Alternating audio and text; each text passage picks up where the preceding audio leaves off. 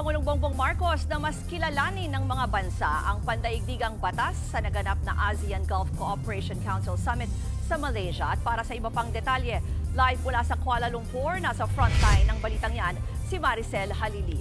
Maricel, ano pa ba ang sinabi ni Pangulong Marcos doon sa kanyang talumpati?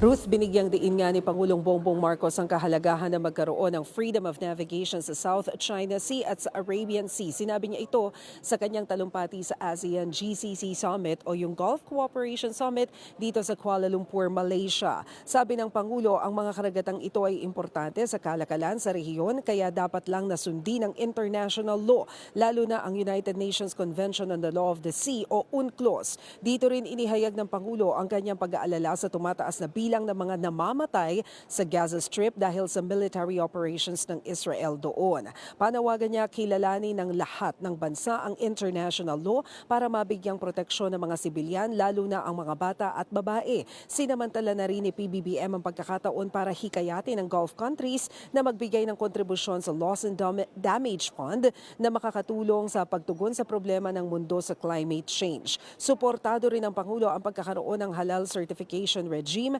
nakikilalanin ng mga bansa para mapalakas ang export platform sa mga small enterprises. Napapanahon daw ito lalo't lumalakas ang kalakalan at maging ang people exchange. Katunayan, nasa 2.7 million Filipinos ang meron sa Gulf countries at 2 milyon rito ay mga OFWs. Kaya panawagan ng Pangulo, bukod sa paghahasa ng kanilang mga kakayahan, ay magtulungan ng mga bansa para proteksyonan ang mga ito. Ruth, kani-kanina lamang ay nagkaroon din ng bilateral meeting si Pangulong Bongbong Marcos kasama naman ang leader ng Cambodia. Ang inaantabayan na natin ngayon ay ang magiging resulta naman ng ASEAN-China Summit. Ruth? Yan po ang Express Report ni Maricel Halili. Mga kapatid, ako po si Ruth Cabal.